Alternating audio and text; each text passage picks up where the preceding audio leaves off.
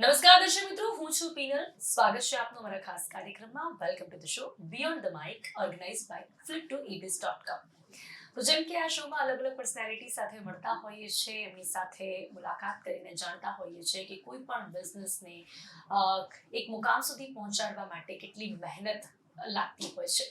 ઘણી બધી એવી પર્સનાલિટીઝને આપણે જોતા હોઈએ છીએ કે જે લોકોએ એક મુકામ હાંસલ કર્યું હોય છે, જે લોકોએ ઘણી મહેનત કરી હોય છે, ઘણું સ્ટ્રગલ કર્યું હોય છે. એક કહી શકાય કે નીચેથી ખૂબ જ મહેનત કરીને ઉપર સુધી પહોંચવાની જે આ જર્ની હોય છે, એ જર્ની વિશે આપણને જ્યારે સાંભળવા મળતું હોય છે ત્યારે આપણે પણ ઘણા ઇન્સ્પાયર થતા હોઈએ છીએ. બસ આવી જ એક પર્સનાલિટીની મુલાકાત આજે આપણે કરાવીશું કે જેમણે પણ ખૂબ જ નાના પાયે શરૂઆત કરી હતી અને આજે એમને એમના બિઝનેસને વર્લ્ડ વાઇડ પહોંચાડી દીધું છે. ઘણી બધી કન્ટ્રીઝ, ન માત્ર ઇન્ડિયા પણ ઇન્ડિયાની બહાર પણ હવે એમનું બિઝનેસ છે, જેમની સાથે આજે આપણે વાત કરીશું. તો યસ, આપણી સાથે આજે જોડાયા છે હસમુખ રાઠોડજી, જેઓ ડિરેક્ટર છે પ્રોમિનન્ટ ગ્લોબલ ફ્રેડબીઝના. Welcome to the show Hasmukhji. Thank you. Hasmukhji, સૌથી પહેલા જેમ કે આ શોમાં વાત જ કરતા હોઈએ છીએ એવા લોકોની સાથે કે જે લોકોએ બહુ સ્ટ્રગલ કર્યું હોય, સંઘર્ષ કરીને સફળતા મેળવી હોય, તો you are one of the personality like this. તો સૌથી પહેલા કે આપની જે આ જર્ની છે એની શરૂઆત કેવી રીતે થઈ? કારણ કે આજે આપની જે આ કંપની છે જેને અમે જોઈ રહ્યા છે કે વર્લ્ડ વાઇડ ફેમસ થઈ ગઈ છે. હવે 170+ કન્ટ્રીઝમાં આપનું ટ્રસ્ટેડ નેટવર્ક છે. પણ કોઈ પણ વ્યક્તિની, કોઈ પણ બિઝનેસની શરૂઆત ખૂબ જ નાના પાયે થતી હોય છે. આપની પણ થઈ હશે. કઈ રીતે આ જર્નીની શરૂઆત થઈ, કઈ રીતે અહીંયા પહોંચ્યા? મારી એકચ્યુઅલી વાત કરું, જર્નીની શરૂઆત 2005 થી થઈ આ ઇન્ડસ્ટ્રીમાં, શિપિંગ ઇન્ડસ્ટ્રીમાં, જ્યાં મેં ગાડી જેમ કે કહેવાય ને ટ્રક લોડિંગ નું કામ કરવાથી માંડીને એક ડાયરેક્ટર લેવલ સુધી હું પહોંચ્યો અત્યારે. હા, મારી સ્ટાર્ટિંગ જોબ હતી જે ટ્રક લોડિંગ નું મારું કામ હતું સ્ટાર્ટિંગમાં. અચ્છા. એ પછી મારા જે મેનેજર સાહેબ હતા એમને મારામાં કંઈક આવડત દેખાણી કે એમને મને જાણ કરી કે તું ઓફિસમાં ટ્રાન્સફર થઈ જાય. તે પછી એમને મને થોડું થોડું કામ શીખવાડ્યું. મેં 8-10 વર્ષ, લગભગ 10-12 વર્ષ સુધી મેં જોબ પણ કરી. પછી મને એવું લાગ્યું કે જોબ છોડીને મારે ટ્રક લોડિંગ નું જે કરવામાં આવે એમાં જોબ કરતા હતા? હા, એમાં જ એ જ કંપનીમાં. એ જ કંપનીમાંથી ડાયરેક્ટરે મને, એમાં મેનેજરે મને ઓફિસમાં શિફ્ટ કરી દીધો. મારું પ્રમોશન આપ્યું. પછી તો ડોક્યુમેન્ટેશનમાં બેસી જાય, ઓપરેશનમાંથી ત્યાં બેસાડી દીધો. હા, એવું હતું. એટલે શરૂઆતમાં કહેવા માંગુ તો જ્યારે એમને મને સજેસ્ટ કર્યો કે ભાઈ તું તારું પ્રમોશન થાય તો એક આ ખુશી હોય એનાથી, પણ મને એ ટાઈમે દુઃખ હતું. એમ દુઃખ એવું હતું કે મારું એજ્યુકેશન એટલું નથી. હું 10th પાસ જ હતો, બરાબર છે? હા, 10th પાસ જ. અને એ મને ઇંગ્લિશ પણ આવડે નહીં, કોમ્પ્યુટરનો સી પણ નતો આવડતો, કે કોમ્પ્યુટર ચાલુ કરી દે એવી મને નતું આવડતું. શું વાત છે? હા, એ ટાઈમે એમને મને બેસાડ્યો ડોક્યુમેન્ટેશન લેવલે. ઓકે. તો એમને કંઈક દેખાણું હશે મારામાં, તો જ આ જગ્યાએ આજે હું બેઠો છું અહીંયા. ઓકે. તો પણ પછી તો બહુ જ ટફ લાગ્યું હશે. ત્યાંથી તમને ડોક્યુમેન્ટેશનમાં બેસાડ્યો, તમે જેમ કીધું કે એજ્યુકેશન એટલું નતું, તો કઈ રીતે પછી એમાં આગળ વધ્યા? ટફ એટલું બધું કે તમે વાત જોવા દો કે ભાઈ જ્યારે માણસ કહેવાય કે નોલેજ ના હોય અને તમે ખાવાનું ભાવતું ના હોય, તમે ખાવાનું આપી દો તો એ ખાઈ જ નહીં શકો, સમજો છો? પણ જ્યારે એ મેં સાહેબને કીધું બી કરી, સર મેં તમે મને આ ચાન્સ આપો તો સારું છે મારા માટે, પણ હું આને લાયક નથી, કારણ કે મારી પાસે એજ્યુકેશન નથી, મને ઇંગ્લિશ આવડતું નથી, હું મેલ કરતા આવડતું નથી, હું કઈ રીતે બધું મેનેજ કરીશ. એટલે એમને કીધું ચિંતા ના કર, હું તને હું બધું શીખવાડી દઈશ. એટલે જેમ છોકરો સ્કૂલે જાય ને એટલે આપણે ક લખતા શીખવાડીએ, પછી ABCD નો એ લખતા શીખવાડે ને, મને એ રીતે ઇંગ્લિશ શીખવાડ્યું મારા સાહેબે. શું વાત? હા, જ્યારે મને ત્યાંથી આપણે ઇંગ્લિશ શીખ્યું. હા, ઇંગ્લિશની શરૂઆત જ મારી ત્યાંથી થઈ. બાકી તો ઇંગ્લિશનો ઈ પણ મેં નતો જોયો. ઓકે. જ્યારે મને સામે બેસાડતા અને મને કે વ્હાઈટ કાગળ અને પેન લઈને આવો શું ભાઈ તમે. હા, એટલે હું બેસું, બોલો સાહેબ. એટલે ઇંગ્લિશમાં બોલતા જાય અને મને લખાવડે.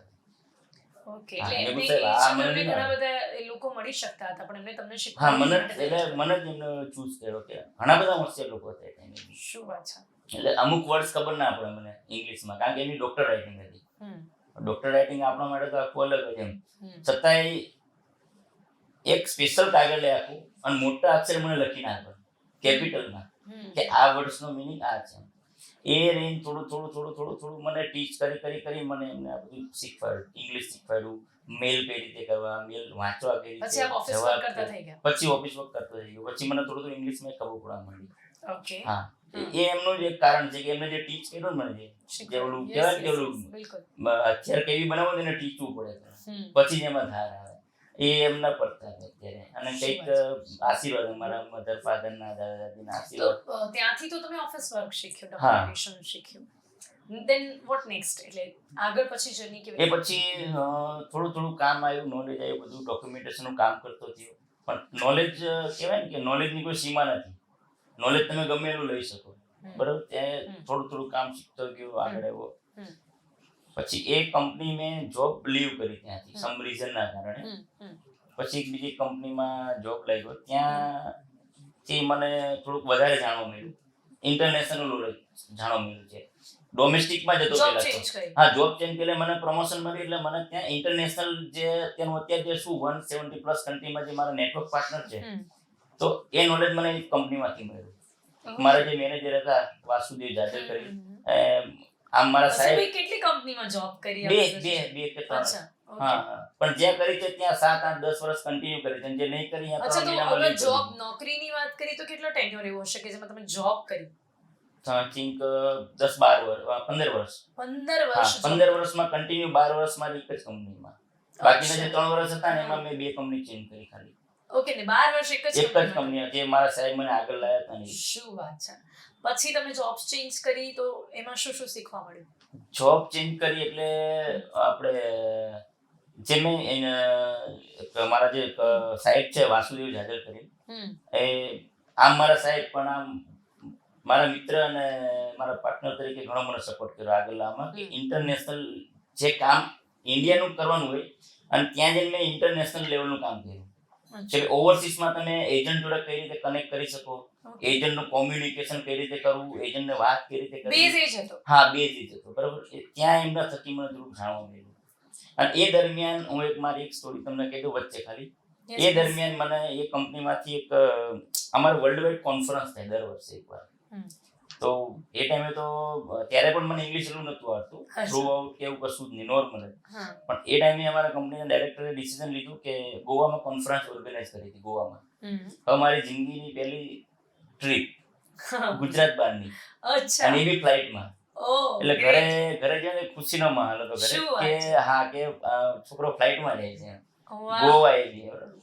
પછી અમને તો એકચ્યુઅલી ફરવા માટે લઈ ગયા હતા. સોરી ટુ ઇન્ટરપ્ટ, પણ ફેમિલી બેકગ્રાઉન્ડ પણ આપનું નોર્મલ જ હતું? નોર્મલ કહેવાય કે એવું કોઈ આ ઇન્ડસ્ટ્રીમાં નહીં? કોઈ નહીં. સ્ટાર્ટિંગ જ બિઝનેસ મારા ફાધર કોર્ટમાં હતા, ટાઈપિસ્ટ હતા પ્રાઇવેટ. ઓકે. હા, અને મારા મધર પેલા સ્ટાર્ટિંગમાં જોઉં તો કડિયા કામ કરતા હતા. શું વાત કરે? હા, આ મારો ફેમિલી બેકગ્રાઉન્ડ છે. અને એવું કોઈ ફાઇનાન્શિયલી બી કોઈ સપોર્ટ નતો. એ ટાઈમે પોતાનો બિઝનેસ સ્ટાર્ટ કરવાનું વિચાર્યું હતું. અને જે હું તમને કહું કે ગોવા કોન્ફરન્સમાં લઈ ગયા અમને.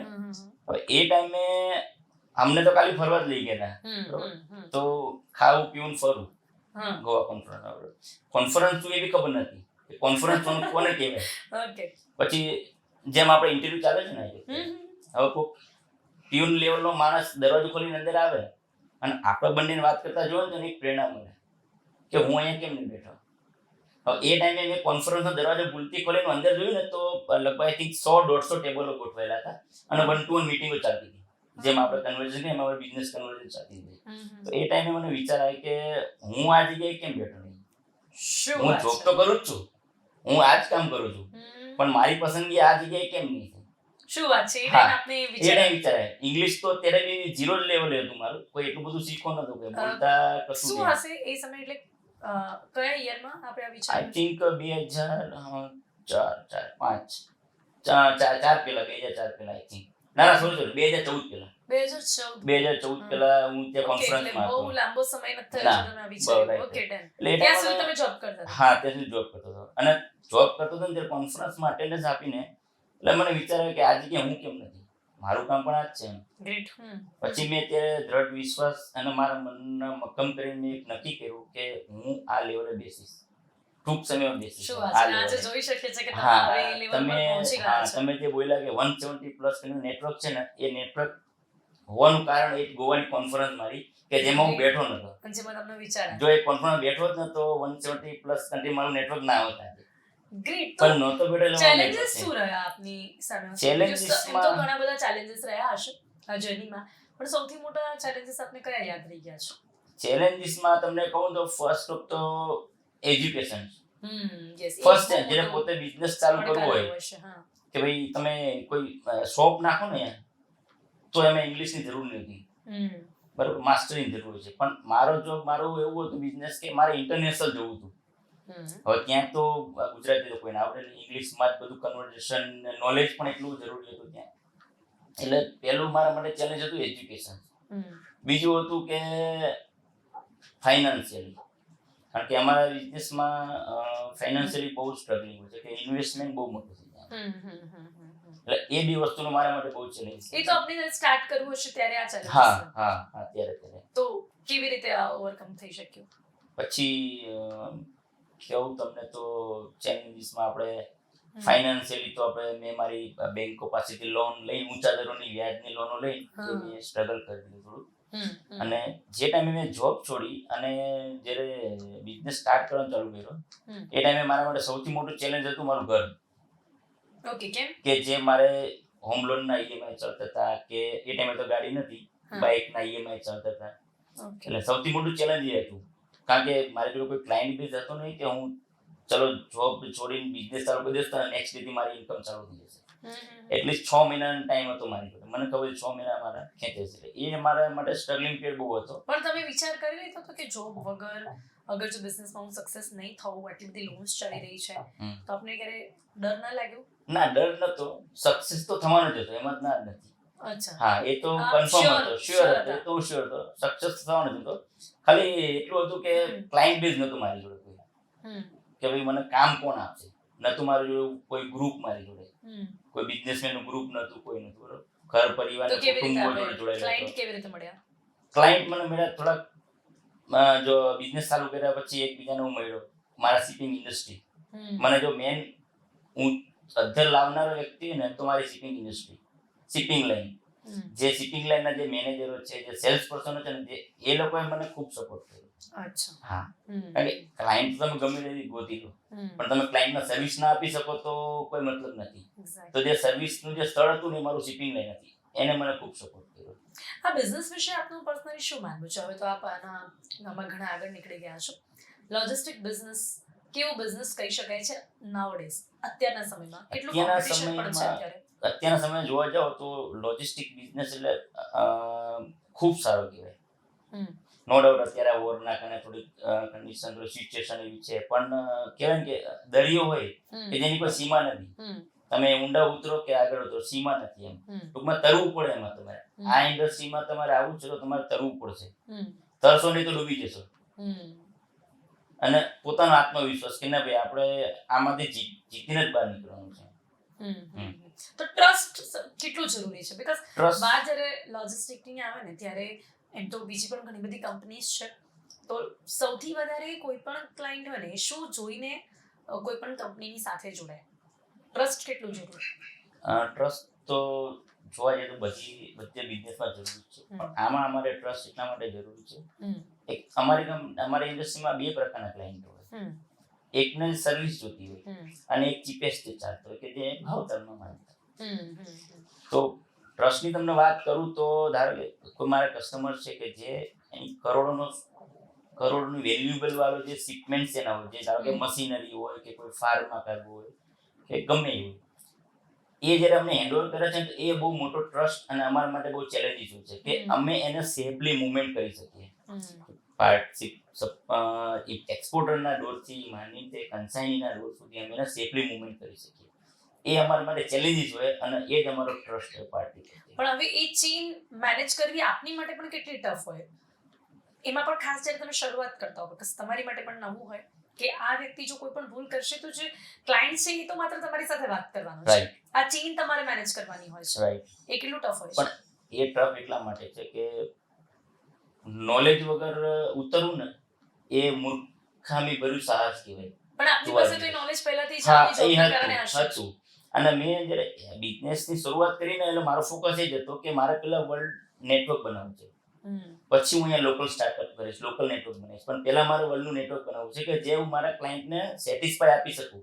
એટલે પહેલા વર્લ્ડ વાઇડ કર્યું. હા, મારો Okay. ક્લાયન્ટ જ વર્લ્ડ વાઇડ, તમે સમજો છો. મારી પાસે લોકલી કોઈ કસ્ટમર બેઝ નહીં. અચ્છા ક્લાયન્ટ જ મારો વર્લ્ડ છે. મારો બિઝનેસ મને આપનાર જ વર્લ્ડ વાઇડ. અચ્છા ત્યાંથી જ મને બિઝનેસ મળે. ભલે પહેલી ક્લાયન્ટ country, એનો રહ્યો. પહેલું કયું હતું? પહેલું મારા માટે હતું સિગમેન્ટ્સ વાત કરો તમે. મારા એન્જિનિયરિંગ જ ફોકસ મારું એન્જિનિયરિંગ અને પહેલા country? Country Germany. હા, શું વાત જર્મનીમાં છે? મેં સ્ટાર્ટિંગમાં બહુ કામ કર્યું અચ્છા અને એ બી રિસ્ક લઈને કામ કર્યું બહુ. કે આજે હું કોઈને ઓળખતો બી નથી, બટ અવશ્ય કે ત્યાં આપણે જાણતા ના જાણતો હોઈએ નથી, હું અને ગયો business ની નથી, શરૂઆત પણ કરીએ. છતાં બી એને મેં કઈ મારું રીતે સફળ બન્યું તો આ? સફળમાં મેં તમને કીધું ને કે આત્મવિશ્વાસ. અરે હું કોઈ પણ ડીલ કરું તો મને કોન્ફિડન્ટ મારા પોતાનો હોય કે ભાઈ હું આમાં હમ. જીતીશ, આમાં સક્સેસ થઈ જ જઈશ. ઓકે, તમારી કંપનીની વાત કરીએ. પ્રોમિનન્ટ ગ્લોબલ ફ્રેડવેઝ જે કંપની આટલા વર્ષ સુધી ચાલી રહી છે, ક્લાયન્ટને કેવી રીતે હેલ્પફુલ હોય છે? એમને જ્યારે કંઈ પણ ઇમ્પોર્ટ એક્સપોર્ટ કરવું હોય આપની પાસે આવે છે તો સૌથી વધારે હેલ્પ તમે કઈ રીતે કરતા હોવ છો જે તમારી કંપનીને બીજી ઘણી બધી કંપનીઝથી ક્યાંક અલગ દર્શાવે છે? રાઈટ. તો પ્રોમિનન્ટ ગ્લોબલ ફ્રેડવેઝ એટલે તમે નીચે પ્રોમિનન્ટ તમારી બ્રાન્ડ છે, તમે નીચે વાંચો ને ગ્લોબલ ફ્રેડવેઝ એટલે એમાં ગ્લોબલી આવી ગયો. એક્ઝેક્ટલી. બરોબર. હવે મારી કંપની ક્યાં હેલ્પફુલ થાય કે ધારો કે કોઈ નવો કસ્ટમર છે કે ભાઈ નવો કોઈને આઈડિયા આવ્યો કે મારે આ સો કંપનીમાં મારે કોઈ એક્સપોર્ટ કરવું છે. ધારો કે આફ્રિકા મારે કોઈ એક્સપોર્ટ કરવું છે ધારો બરોબર, તો મારી પ્રોડક્ટ છે કોઈ ફ્રૂટ પ્રોડક્ટ છે કે કોઈ કેમિકલ પ્રોડક્ટ છે, તો આફ્રિકામાં એને એક્સપોર્ટ કરવા માટે મારે ત્યાં શું લીગલાઇઝેશનની જરૂર છે, શું ડોક્યુમેન્ટ્સ મારે એપ્લાય કરવા પડશે કે જેથી કરીને સ્મૂથલી મારો કાર્ગો ત્યાં મારા જે બાયર હોય છે એને પહોંચી જાય. એ હું એને પ્રોપરલી ગાઈડ કરી શકું કે ભાઈ તમે કઈ ટર્મ્સમાં કામ કરી શકો, ફાઇનાન્શિયલી તમે કઈ રીતે બચી શકો. મેઇન તો એ જ છે. ઇન્ટરનેશનલ ટ્રેડમાં તમારે કામ કરવું એટલે ફર્સ્ટ ઓફ તમારા પૈસા જોવાના. ચલો કાર્ગો તો જતો રહેશે પણ સાથે સાથે તમારા પૈસા પણ જશે. એટલે ફર્સ્ટ ઓફ તો તમે કોઈ પણ ઇન્ટરનેશનલ ટ્રેડમાં કામ કરો તો તમે ઇમ્પોર્ટ ટર્મ્સમાં ફર્સ્ટ ઓફ તો ડીલ કરો કે ભાઈ કઈ ટર્મ્સમાં તમે એક્સપોર્ટ કરી શકો, એક્સપોર્ટ ઇમ્પોર્ટ, કે જેથી કરીને તમારા પૈસા તમે સેફ રાખી શકો. કે ભાઈ કાર્ગો ઘણી કન્ટ્રીમાં કેવું થતું કે આફ્રિકાની ઘણી એવી કન્ટ્રી છે કે ભાઈ કાર્ગો ત્યાં પહોંચી જાય એટલે ત્યાં બધા મળી લાગે, તો તમને કાર્ગો તમારો છૂટી જાય ને તમને તમારા પૈસા બી ના મળે. તો એ કેસમાં તમને ઇમ્પોર્ટન્સ કામમાં આવે કે તમે કઈ ટર્મ્સમાં કામ કર્યું છે. એમાં તમે કેવી રીતે હેલ્પફુલ થાવ છો લોકોને? જેમ કે તમે કહો કે હવે કોઈ પણ વ્યક્તિને ઇમ્પોર્ટ એક્સપોર્ટ કરવું હોય તો તમારી સલાહ શું છે? ક્યાંય પણ ફાઇનાન્શિયલી કોઈ સ્ટોક ના થાય, ક્યાંય પણ એવું હોય કે એ વ્યક્તિ સામેવાળા વ્યક્તિને જોઈ નથી શકતો, એ તમારી ઉપર ભરોસો. રાઈટ. તમે એમને એડવાઇસ શું આપો છો? શું ધ્યાન રાખવું જોઈએ? ફર્સ્ટ ઓફ તમારી એડવાઇસ એટલી છે કે તમે જેની જોડે જોડાવ છો એનો બેકગ્રાઉન્ડ જુઓ. કે ધારો કે મારી જ વાત કરું પોતાની કે ભાઈ મારી જોડે કોઈ નવો કસ્ટમર આવે છે કે જેને ફર્સ્ટ ટાઈમ એક્સપોર્ટ કરવું છે, તો એ માણસ પહેલા મારું બેકગ્રાઉન્ડ જોશે કે હું શું છું, હું ક્યાં સુધી જઈ શકું છું. હું એટલો ગુજરાતમાં તો ચલો ક્લાયન્ટ પણ સંભાળી લેશે મારો, ગુજરાતમાં કઈ પ્રોબ્લેમ છે તો, પણ ઇન્ડિયાની બહાર જ્યારે કઈ પ્રોબ્લેમ છે તો મારો વેન્ડર છે એ સંભાળી શકશે કે નહીં? તમે સમજો છો ને કે ભાઈ ધારો કે ફોરેનમાં કન્ટ્રી હતા, અહીંથી મેં કન્ટ્રી મોકલી દીધું, પણ નાઉ ધ ક્વેશ્ચન ઇઝ કે હસમુખભાઈ એ જે બહાર માટેનો ભરોસો આપની કંપની કેવી રીતે જીત્યો છે? કેમ કે તમે કહ્યું કે તમારી પાસે પણ એટલા લોકો હતા નહીં, પણ હવે ફોર એક્ઝામ્પલ તમે જર્મનીની વાત કરીએ કે પછી કોઈ પણ બીજી કન્ટ્રીની વાત કરીએ તો તમે કેવી રીતે એ સફળ બનાવો છો કે ત્યાં તમારો કોઈ વ્યક્તિ હોય? ત્યાં અમારા નેટવર્ક પાર્ટનર હોય. એટલે તમે બધી કન્ટ્રીમાં આપણે નેટવર્ક પાર્ટનર જે 170 કન્ટ્રીમાં અમારા નેટવર્ક, હું એક મેમ્બર છું. હું ઇન્ટરનેશનલ અમારા જે શિપિંગ ઇન્ડસ્ટ્રીમાં છે ને એક નેટવર્ક ચાલતા હોય અમારા, જેમાં બધા લોજિસ્ટિક મેમ્બર્સ બનતા હોય છે વર્લ્ડ વાઇડ હોય. અચ્છા. એમાં અમારે યરલી મેમ્બરશિપના ફી લઈને પછી દર વર્ષે કોન્ફરન્સ અટેન્ડ કરવાની. એટલે એકબીજા કહેવાય ને કે અમે વિશ્વાસપાત્ર તમને જવાબ આપી શકીએ કે નહીં ભાઈ હું બેઠો છું, ટેન્શન ના. એટલે ક્રોસ કન્ટ્રીઝ હસમુખભાઈ અહીંયા છે ને તો હસમુખભાઈ ત્યાં બી અહીંયા છે, હસમુખભાઈ જ છે, ચિંતા નહીં કરો. એટલે ક્રોસ કન્ટ્રીમાં બી હું એને હેલ્પફુલ છે શકું અને શ્યોરિટી આપી શકું કે હસમુખભાઈ જ ત્યાં બેઠા છે, ચિંતા ના કરો. શું વાત છે? પેલાના જમાનામાં હતું ને કે ભાઈ ભગવાન અહીંયા બી હોય ને ભગવાન ત્યાં બી દેખાય. એટલું સરસ તમે નેટવર્ક બીજી બધી કન્ટ્રીઝમાં ગોઠવેલું છે. હા, ડેફિનેટલી. અને હું જેટલું કરી શકું હું એટલું જ જવાબદારી લઈ શકું કે ભાઈ ત્યાં કન્ટ્રીમાં હું શ્યોર છું તો હું હા પાડીશ કે આપણે શ્યોર છું, તમે મારી પર ટ્રસ્ટ કરો. અચ્છા, કોઈ ક્લાયન્ટને જે કોઈ પણ અધર કન્ટ્રીમાં વ્યક્તિ હોય એના પર ડાઉટ હોય, એ બહુ કોન્ફિડન્સ ના આવતો હોય, હા, તો તમે કેવી રીતે સલાહ આપો? એક કેસમાં હું 75-80% તો એને હેલ્પ કરી શકું છું કે ભાઈ હું ત્યાં જઈને મારે જે મારા સોર્સિસ છે એનો એક્ટિવ કરીને ત્યાં એની ફેક્ટરી વિઝિટ કરાવડાવવું હમ કે ભાઈ માણસનું બેકગ્રાઉન્ડ, હમ એની કંપની કેટલી જેન્યુઇન છે કે નહીં, એ બી અમે તપાસ કરાવડાવી શકીએ છીએ ત્યાં અમારા નેટવર્કથી. ઓકે, એટલે બીજી જે પણ કંપનીઝ છે એનાથી આપની પાસે અલગ શું રહેશે? અગર જો આપણે ક્લાયન્ટ્સને વાત કરીએ તો એવો શું ફાયદો ક્લાયન્ટ્સને થાય કે જો એ તમારી કંપનીની સાથે ઇમ્પોર્ટ એક્સપોર્ટનો બિઝનેસ કરે તો? ફાયદો તો હું એક જ વાત કરીશ કે ટ્રસ્ટ, જે તમે કીધું હમ ટ્રસ્ટ. હમ હમ અને બીજો ફાયદો એવો હું મારા મતે કહું છું, હું બીજા કોઈની વાત નથી કરતો, કે જ્યારે ખરો સમય આવે ને હમ ત્યારે માણસ ઊભો હોય ને, એ એનો ફાયદો.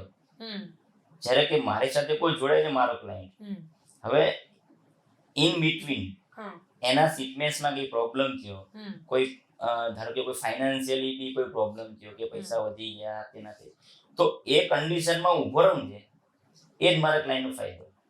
હમ હમ ધારો કે તમને એક એક્ઝામ્પલ આપી દો કે ભાઈ મારા ક્લાયન્ટે મારા જોડે કોઈ ડીલ કરી છે કે ભાઈ $1000 ડીલ કરી. હવે સપોઝ કે ભાઈ એના પછી કંઈક બીજા $500 વધી ગયા, તો એ 500 મારા ક્લાયન્ટ ના ચાર્જ કરી શકું, એ 500 મારી કંપનીમાં બેર કરોડાય. તો પછી બીજી વસ્તુ કહું કે ધારો કે કોઈ ઇન્ટરનેશનલ લેવલે કોઈ ડિસ્પ્યુટ થયો ના કાર્ગોમાં, અને જ્યાં હું નથી પહોંચી વળતો, પણ છતાંય મેં એને હેલ્પફુલ કર્યું એમાં, અને એમાં એમનાથી સેફ મુવમેન્ટ તરીકે બહાર કાઢ્યા, તો એ મારા ક્લાયન્ટનો ફાયદો. અત્યારે હોર્મોઝને લઈને જે વિવાદ થયો એમાં ક્યાંક સ્ટક થયું હતું આપણું? ઘણું બધું થઈ ગયું. ઓકે. કારણ કે હું એક દાખલો આપું તમને કે જેમ કે જે $200 જે માલ જતો હોય તમારો ભાડું $200, એ $3500 પહોંચી ગયું છે, તો એ પોસાવાનું જ નથી કસ્ટમરને. કેવી રીતે આપે મેનેજ કર્યું? મેનેજ અમુક કાર્ગો હોલ્ડ થઈ ગયા કે જે પોસાતા નથી, હોલ્ડ થઈ ગયા, અને જેને પોસાય છે એ લોકો કરે છે કામ, પણ એમાં અમે સપોર્ટ કરીએ છીએ કે ભાઈ માર્જિન રેટ ઓછો કરીને આપણે ક્લાયન્ટને અત્યારે સપોર્ટ કરીએ. જે સિચ્યુએશન અત્યારે ચાલી રહી છે કે જેથી કંઈ ક્લાયન્ટને બર્ડન ના પડે અને આપણું પણ રોટેશન ચાલે અને ક્લાયન્ટનો ટ્રસ્ટ આપણો પર જળવાઈ રહે, ના કે આપણે હોર્મોઝનો ફાયદો ઉઠાવીએ. આ કેસમાં આવી કોઈ પણ સિચ્યુએશન જ્યારે આવે છે ત્યારે આપ શું એડવાઇસ આપો છો કે શું કરવું જોઈએ એવા સમયમાં લોકોએ? હું મારું પર્સનલી તો સિચ્યુએશન એડવાઇસ એવી હશે કે બહુ હાઈપર ના થવું જોઈએ, શાંતિથી બેસી જવું જોઈએ, બરોબર. કારણ કે આ સિચ્યુએશન છે ને કેવી છે કે નુકસાનવાળી સિચ્યુએશન છે. હા, આ સિચ્યુએશન ફાયદાવાળી નહીં. આ તમને ગમે ત્યારે નુકસાન કરાવડાવે. તો જેથી કરીને હું મારા ક્લાયન્ટને બી એ સમજાવતો છું કે સાહેબ તમારે અર્જન્સી ના હોય ને તો હોલ્ડ કરો થોડોક ટાઈમ. કારણ કે આમાં શું થાય છે કે કન્ટેનર જે નીકળી જાય ને પછી પણ ઇન્સિડન્સ ચાર્જીસ આવે છે, ઘણા બધા આવે, હેવી આવે, કે જે આપણે બેર ના કરી શકીએ. એટલે અમુક ટાઈમ એવું થાય કે આ ટાઈમે સિચ્યુએશન શાંતિથી બેસવાની સિચ્યુએશન થાય, અને એને જોવાની જરૂર છે ને કે ભાઈ શું ચાલી રહ્યું છે, કયા લેવલે આપણે હેન્ડલ કરી શકીએ. તો હસમુખભાઈ, એવી કોઈ સિચ્યુએશન આપને યાદ છે કે જ્યારે કોઈ પણ ક્લાયન્ટનું કંઈક સ્ટક થયું હોય અને તમે તમારી સ્માર્ટનેસની સાથે એમાં બહુ સરસ રીતે એમને હેલ્પફુલ થયા હોય? બીજી કોઈ કન્ટ્રી છે, એ કન્ટ્રીમાં થી લઈને અહીંયા કોઈ બાયર પર કોન્ફિડન્સનો ઇશ્યુ આવ્યો હોય, અરેન્જ ફિનાન્શિયલી કંઈ સિચ્યુએશન આવી હોય, ઘણી વખત થયું હશે, પણ કદાચ કોઈ આપને યાદ રહી ગયું હોય?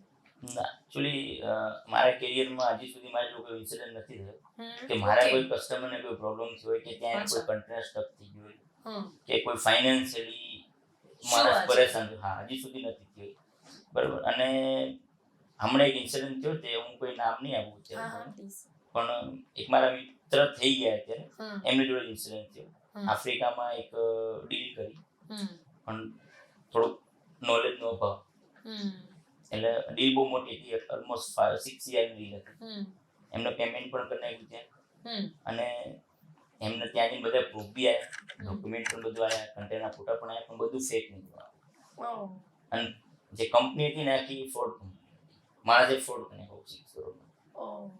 એટલે અમુક કેસમાં જે મેં તમને કીધું કે તમે ડીલ કરો તો ફર્સ્ટ ઓફ તો ત્યાંના નોર્મ્સ જાણો તમે, ટ્રેડ ટર્મ્સ કહેવાય છે ને, ટ્રેડ ટર્મ્સ તમે એ જાણો, અને જાણ્યા પછી તમે ડીલ કરો કોઈ બી. હસમુખભાઈ, આપ કેટલા અપડેટેડ રહેતા હો છો આનાથી? નોર્મ્સ, 24 hours, રૂલ્સ, રેગ્યુલેશન્સ, અહીંયાથી ત્યાં જવું હોય, કરન્સી ત્યાંની, આ બધી જ બાબતોની સાથે, ડોક્યુમેન્ટ્સની સાથે બીજી બધી કન્ટ્રીઝની વાત કરું, કેટલા અપડેટેડ રહેતા હો છો? અમારું તો સેકન્ડ નું ખેલ છે. એવરી ડે અમારે એવરી ડે ના કે પણ હું તો કહું તો એક સેકન્ડ અમારા માટે કિંમતી છે. મારો કદાચ એક ફોન ના વપરાય ને તો સમજી લેવું કે બહુ મોટું નુકસાન થઈ જાય. અમુક ટાઈમે જે સિચ્યુએશન એવી ક્રિએટ થયેલી હોય છે. ડોક્યુમેન્ટેશન લેવલે ચોક્કસપણે હું મારી ટીમને પણ એટલો જ એલર્ટ રાખું છું કે તમે જ્યારે કોઈ પણ કસ્ટમર આપણો તમને જ્યારે પેરી ડીલ કરે તમારી જોડે તો તમે એને પેલા સમજો. આપની ટીમમાં કોણ કોણ છે? મારી ટીમમાં 5 થી 7 જણનો સ્ટાફ છે મારી જોડે અને ધ વેલ એજ્યુકેટેડ. તમે કેવી રીતે હાયર કરતા હો છો? ખાસ તમે શું ખાસિયત જોતા હો છો? રેફરન્સમાં ખાસિયત શું જોતા હો છો? ખાસિયતમાં એક તો જે મારામાં અભાવ છે ને એજ્યુકેશન, એટલે હું પેલા એજ્યુકેશન પ્રિપેર વધારે વેરી નાઇસ. કે હું છું ને મારે જેવા બધા નથી ભરવા. હા, મારા દિમાગ જેવા ભરવા છે બધા, કે જે ઇન્ટેલિજન્સી હોય, સ્માર્ટ અને માણસને ઓળખી શકે. હું મારા ક્લાયન્ટને એક જ દાખલો આપીશ કે તમે પેલા સામે તમારી જોડે વ્યક્તિને સમજો, એને શું જોઈએ છે, એ શું તમારી જોડે લેવા માંગે છે, પછી તમે એને પીરસો. ઓકે, તમે ડાયરેક્ટ તમે પીરસવા માંગો પણ એને જોતું જ નથી તો એ તમારો વેસ્ટ ઓફ ટાઈમ છે. બિલકુલ સાચી વાત છે. હસુભાઈ, આપની કંપની જેના વિશે આપણે ઘણી વાત કરી, તો હવે એનો ફ્યુચર પ્લાન શું છે? અગર અત્યાર સુધી આપ અહીંયા સુધી પહોંચ્યા છો તો નાઉ વોટ નેક્સ્ટ, તમે આગળ શું શું વિચારી રહ્યા છો? નેક્સ્ટમાં અહીંયા બી સારું ડેવલપમેન્ટનો મારો ગોલ છે કે અત્યારે તો સારું જ છે પણ હજી આનાથી બી સારું કરવું છે. અને રિસેન્ટલી અમને કેનેડામાં પણ મેં બ્રાન્ચ ઓપન કરી મારી પોતાની, જે મેં તમને કીધું મારા વાસુદેવ ચાચા એ કેનેડા સંભાળે છે મારું. અને બીજી હજી 2-3 કન્ટ્રીઓમાં મારો ફોકસ છે જે હું અત્યારે વિઝિટ કરી જ રહ્યો છું. પણ ટૂંકમાં 2030 સુધીમાં બીજી 2 કન્ટ્રીમાં હું ઓફિસ, બીજી 2 બ્રાન્ચ ઓપન કરી દઈશ.